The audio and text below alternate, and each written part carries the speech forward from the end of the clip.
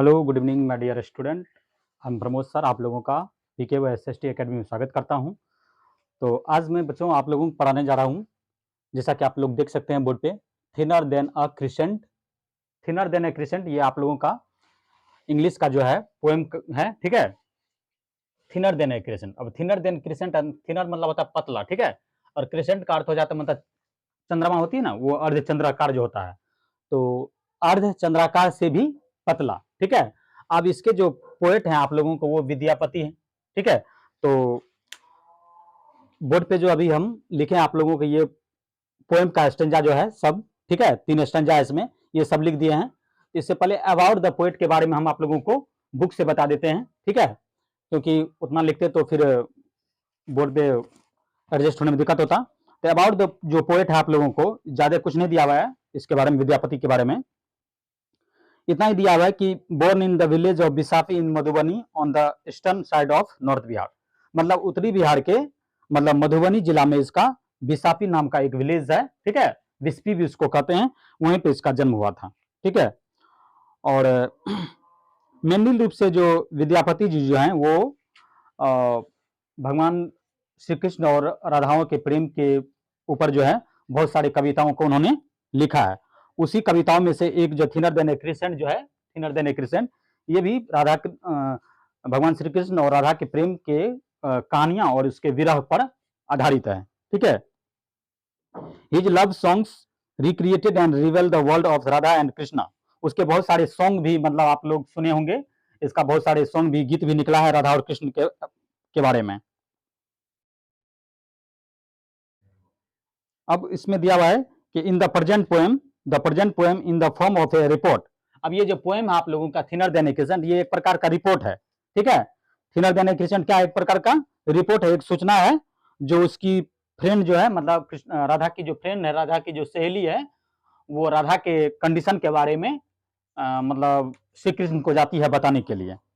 इतना ही दिया हुआ इसमें, और कुछ नहीं दिया हुआ है आप लोगों को। लॉर्ड कृष्णा, भगवान श्री कृष्ण के बाद को राधा की जो दोस्त है, राधा की जो फ्रेंड है, वो राधा की स्थिति को दिखाने के लिए रिपोर्ट लेकर के श्री कृष्ण के पास जाते हैं। अब हम लोग पोएम में ही देखेंगे कि क्या है, पोएम में क्या कर रहे हैं कवि विद्यापति, ठीक है।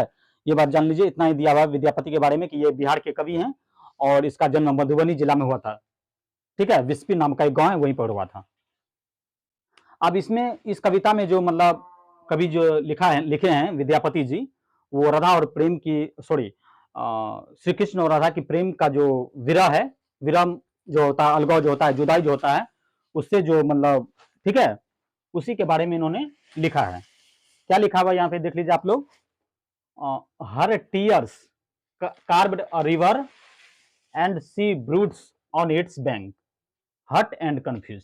मतलब विद्यापति जी कहते हैं इस फर्स्ट जो है स्टेंजा आप लोगों के इसके माध्यम से कवि विद्यापति जी कह रहे हैं कि हर टीयर्स कार्व्ड अ रिवर, मतलब जिस दिन से मतलब एक वाकया हुआ है राधा और कृष्ण के में, जो कृष्ण जो है बहुत दिनों से राधा से नहीं मिले हैं, बहुत दिनों से एक दूसरे की मुलाकात नहीं हुई है, तो इसलिए कवि कह रहे हैं कि हर tears carved a river.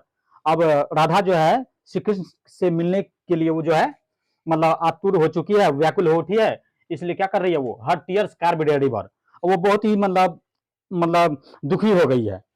Her tears मतलब आंसू, कार्व्ड रिवर, उसका जो आंसू जो है ना वो एक नदी का रूप ले चुका है। And sea broods on it, और ऐसा लगता है कि जैसे वो एक नदी पर के किनारे बैठी हो और हमेशा जो है वो श्री कृष्ण के बारे में सोच रही है। हट एंड कंफ्यूज, और वो बिल्कुल दुखी, हट मतलब दुखी और कंफ्यूज मतलब आता है मतलब स्तब्ध हो जाना, ठीक है, मतलब कुछ भी समझ सूझबूझ खो जाना, कंफ्यूज का अर्थ होता है। इसलिए क्या करें कवि विद्यापति जी, क्या करें कि राधा जो है अपने आंसुओं को बहा रही है, ऐसा लगता है कि उसके आंसू ने एक नदी का रूप ले लिया है, और ऐसा लगता है कि जैसे वो नदी आंसुओं से जो नदी बन गया उस नदी के किनारे बैठी है और वो दुखी और काफी कंफ्यूज हो गई है, ठीक है। आगे देखते हैं अगले में क्या करें। कहते हैं कि you ask her one thing, इतना कंफ्यूज हो गई है राधा, इतना कंफ्यूज हो गया, इतना दुखी हो गई है कि you ask her one thing, आप उससे पूछेंगे कुछ और तो वो जवाब देगी कुछ और, ठीक है। कितना सुंदर तरीके से मतलब विद्यापति जी ने श्री कृष्ण और राधा की प्रेम के जो विरह है उसको दर्शाया अपने शब्दों के माध्यम से, कविता के माध्यम से। शी स्पीक्स ऑफ अनदर, मतलब आप उससे कुछ और पूछेंगे तो वो जवाब कुछ और देती है, मतलब वो बिल्कुल सूझबूझ खो चुकी है। हर फ्रेंड्स बिलीव दैट जॉय में कम अगेन। हर फ्रेंड्स मतलब किसके फ्रेंड? राधा के अपने दोस्तों, राधा के फ्रेंड्सों के, राधा के मित्रों को यह बिलीव है, यह विश्वास है कि वह जो खुशी, वह जो आनंद, जिस समय में श्री कृष्ण और राधा एक जगह रहते थे, एक जगह दोनों की मुलाकात होती थी, वह जो खुशी थी, वह खुशी फिर से राधा की वापस आएगी। राधा हमेशा दुखी रहती है, तो राधा के फ्रेंड जो है उसको सांत्वना देते हैं कि तुम ऐसे दुखी मत हो, श्री कृष्ण फिर आएंगे। तो इसी प्रकार के राधा के फ्रेंडों को यह बिलीव है कि जो इन दोनों का जो प्रेम है वो फिर से वापस आएगा, श्री कृष्ण फिर से वापस आएंगे, इन लोगों का खुशियां जो है फिर से वापस आ जाएगी। उसी में से मतलब राधा की जो एक फ्रेंड है वो जो है रिपोर्ट करने के लिए दौड़ी दौड़ी चली जाती है श्री कृष्ण के पास। अगले स्टेंजा में देखिए उसको, कहता O Madhav I have run to call you.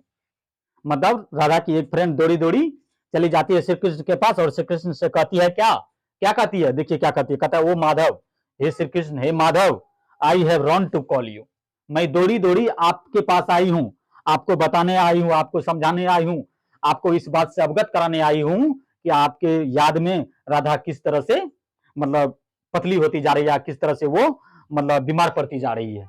ठीक है, राधा इच डे मतलब प्रत्येक दिन, दिन बाय दिन, ठीक है, ग्रोज थिनर, मतलब राधा जो है प्रत्येक दिन, दिन बाय दिन जो है वो आपकी याद में आपसे जो विरह हो गया, उनका आपका जो अलगाव हो गया, उनसे वो दुखी होकर के धीरे धीरे करके वो बीमार होती जा रही है और वो पतली होती जा रही है। थिनर देन ए क्रिसेंट, और इतना पतली हो गई है कि आकाश में जो अर्धचंद्राकार होता है उससे भी ज्यादा पतली होती जा रही है या हो गई है। इसलिए मैं आपको यह रिपोर्ट करने आई हूं कि राधा की स्थिति काफी दयनीय है और आप जल्दी चलें और राधा से मिलें।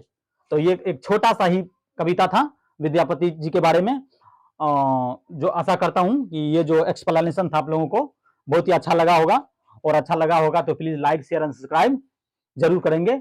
जल्दी मिलेंगे अगले वीडियो में इसके क्वेश्चन आंसर के साथ।